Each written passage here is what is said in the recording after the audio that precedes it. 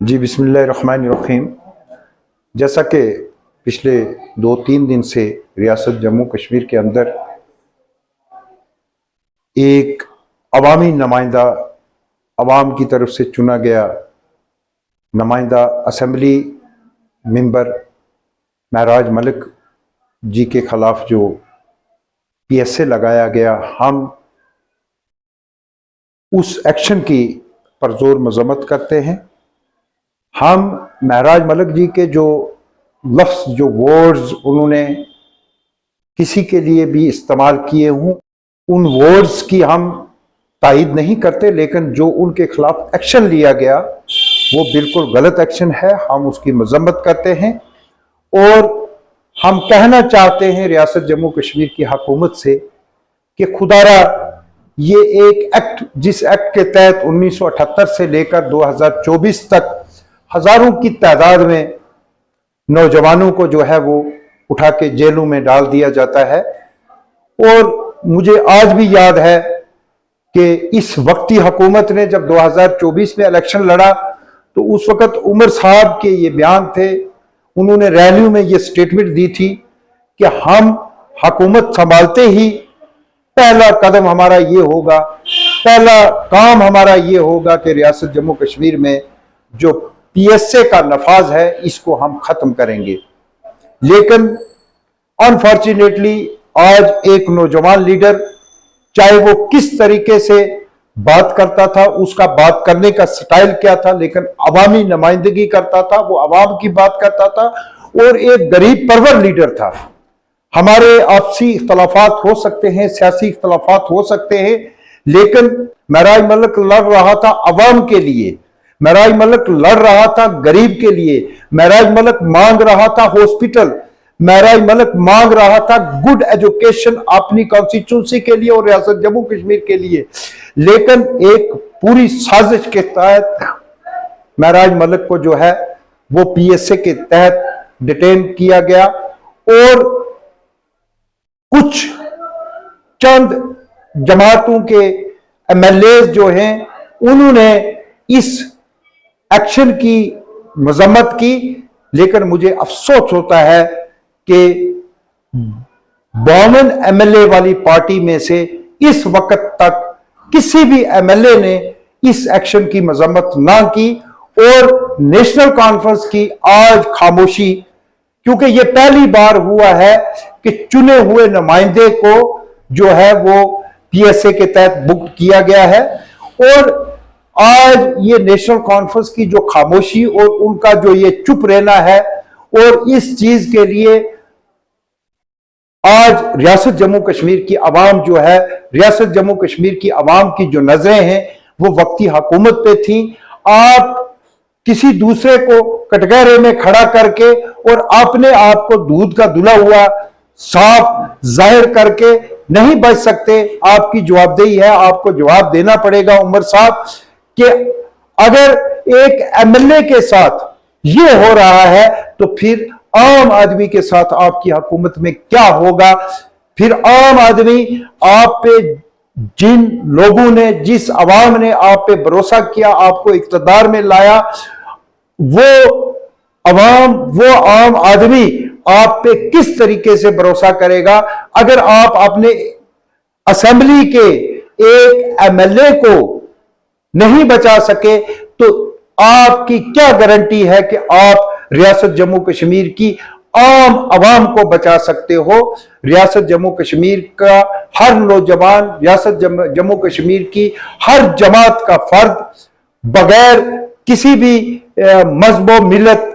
रंगो नस्ल जो है, इस वक्त जो ऑनरेबल MLA महराज मलिक के खिलाफ एक्शन लिया गया उस एक्शन की जो है वो मजम्मत करता है। और हम अपील करते हैं ऑनरेबल लेफ्टिनेंट गवर्नर साहब से कि वो जल्द अज जल्द इस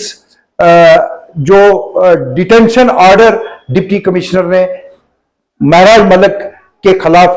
किया है, इस डिटेंशन को रिव्यू करके जल्द अज जल्द जो है वो महराज मलिक को जेल की सलाखों से बाहर निकाला जाए। जो हालात बने हुए हैं इस वक्त रियासत जम्मू कश्मीर के, वो तमाम तर हालात बिल्कुल फिर पटरी पे लौट आएंगे अगर महराज मलिक को बाइज्जत जो है वो बरी किया जाएगा। हम अवाम का एतमाद जो है वो जमहूरियत सेकुलरिज्म से हटता जा रहा है, क्योंकि अवाम इस शक व शुबा में है कि जब 60 से 70 हजार लोग किसी नुमाइंदे को वोट देकर असेंबली में भेजते हैं, वो नुमाइंदा भी जो है अगर अवाम की आवाज उठाए तो उस नुमाइंदे को भी जेल में भेज दिया जाता है। अगर उसने कोई देश के खिलाफ, वतन अजीज के खिलाफ कोई बात की है, आप उस पर कुछ भी कार्रवाई, जो कानूनी कार्रवाई बनती है वो कर सकते हैं, लेकिन आप कहते हो कि इसने तलक कलामी की या एक ऐसी लैंग्वेज इस्तेमाल की जो अनप्रेसिडेंटल लैंग्वेज है, तो उस लैंग्वेज इस्तेमाल करने पे, तलक कलामी पे और बहुत सारे एक्ट है। आप असेंबली के स्पीकर राहिम राठौर साहब एक इजलास बुला के आप हॉनरेबल लेजिस्लेटर जिन्होंने कोई वर्ड्स, कोई अल्फाज किसी ऑफिसर या किसी ऑफिशियल्स के खिलाफ इस्तेमाल किए, काउंसलिंग की जा सकती थी। लेकिन वहीं आप देखिए कि जम्मू के एक बीजेपी के लीडर जो एमएलए हैं, ओपनली प्रेस कॉन्फ्रेंस बुला के ये कहते हैं कि पहले बीएमओ को के ऊपर तेल डाल के उसको आग लगाऊंगा। तो क्या अगर इन अल्फाज, ऐसे अल्फाज इस्तेमाल करने से पीएसए लगता है, तो फिर बीजेपी के उस एमएलए के खिलाफ पीएसए क्यों नहीं लगा? हमने बहुत सारे लीडर्स के ऐसे ऐसे बयानात सुने कि जो बिल्कुल नाकाबिले बर्दाश्त बयान है, लेकिन अफसोस मुझे उस वक्त होता है जिस वक्त रियासत जम्मू कश्मीर की चुनी हुई सरकार अपनी बेबसी का इजहार करती है। मैं उस वक्त मायूस होता हूं जिस वक्त हमारे रियासत जम्मू कश्मीर की असेंबली के स्पीकर जो है वो इस वक्त रियासत जम्मू कश्मीर में चुने गए 90 एमएलए का कस्टोडियन है, जब वो अपनी बेबसी का इजहार करता है और कहता है कि हमें खाली इंटीमेशन मिला और हमने पूरे 90s एमएलए को इन्फॉर्म कर दिया। मुझे अफसोस उस वक्त होता है कि जब राहिम राठौर साहब ये कहते हैं कि मैंने आपने तमाम एमएलए और कैबिनेट मिनिस्टर्स को और चीफ मिनिस्टर को इन्फॉर्म किया, लेकिन वहीं मीडिया सवाल पूछता है चीफ मिनिस्टर उमर अब्दुल्ला साहब से, तो वो कहते हैं मुझे पता ही नहीं, मैं कंफर्म करूंगा तो उसके बाद बात करूंगा। मुझे अफसोस होता है कि जब राहिम राठौर साहब उसी वीडियो पैगाम में ये कहते हैं कि वहीदुर रहमान परा जो कश्मीर से पीपल्स डेमोक्रेटिक पार्टी के एमएलए हैं, उनको खमियाजा भुगतना पड़ेगा। जब आपका कस्टोडियन आपको ही ओपनली एमएलए को चैलेंज दे रहा है, तो फिर क्या भरोसा आवाम करेगी इस वक्ती हुकूमत पे, जिस हुकूमत ने इस वक्त अवाम का वोट लेके, अवाम से इक्तदार लेके, अवाम के साथ झूठे वादे करके, अवाम के साथ। और सबसे बड़ी बात मैं आपको बताऊं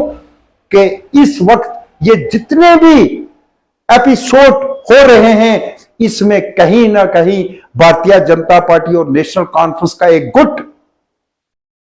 अलॉन्ग विद रियासत जम्मू कश्मीर असेंबली के स्पीकर, उनकी क्यादत में एक ग्रुप जो है वो भारतीय जनता पार्टी के लिए काम कर रहा है। और मैं ऑनरेबल उमर अब्दुल्ला साहब से कहना चाहता हूं कि उमर साहब, इस रियासत की आवाम ने आप पे एतमाद किया था, आप पे भरोसा किया था कि आप इस रियासत की आवाम को इन मुश्किलात से बाहर निकालोगे। आप इलेक्शन के दौरान आपने जो जो वादे आवाम से किए, आप उन वादों पे थोड़ा सा ध्यान दें और उमर साहब आप आए, आवाम को इन मुश्किलात से बाहर निकाले। रियासत जम्मू कश्मीर की आवाम आपके साथ खड़ी है, चाहे वो किसी भी जमात से ताल्लुक रखते हों। और फिर मैं मीडिया की विसादत से अपील करूंगा ऑनरेबल लेफ्टिनेंट गवर्नर से कि खुदारा इस डिटेंशन ऑर्डर का रिव्यू करके महराज मलिक को जो है वो जल्द अज जल्द रिहा कीजिए, ताकि रियासत जम्मू कश्मीर की आवाम अमन पसंद आवाम है, ये अमन चाहती है और ये कभी भी रियासत जम्मू कश्मीर की आवाम देश मुल्क की अजमत के खिलाफ नहीं जाती। अवाम अगर अपनी नाराजगी का इजहार करती है और उस नाराजगी के इजहार पे गौर करना आपका काम है,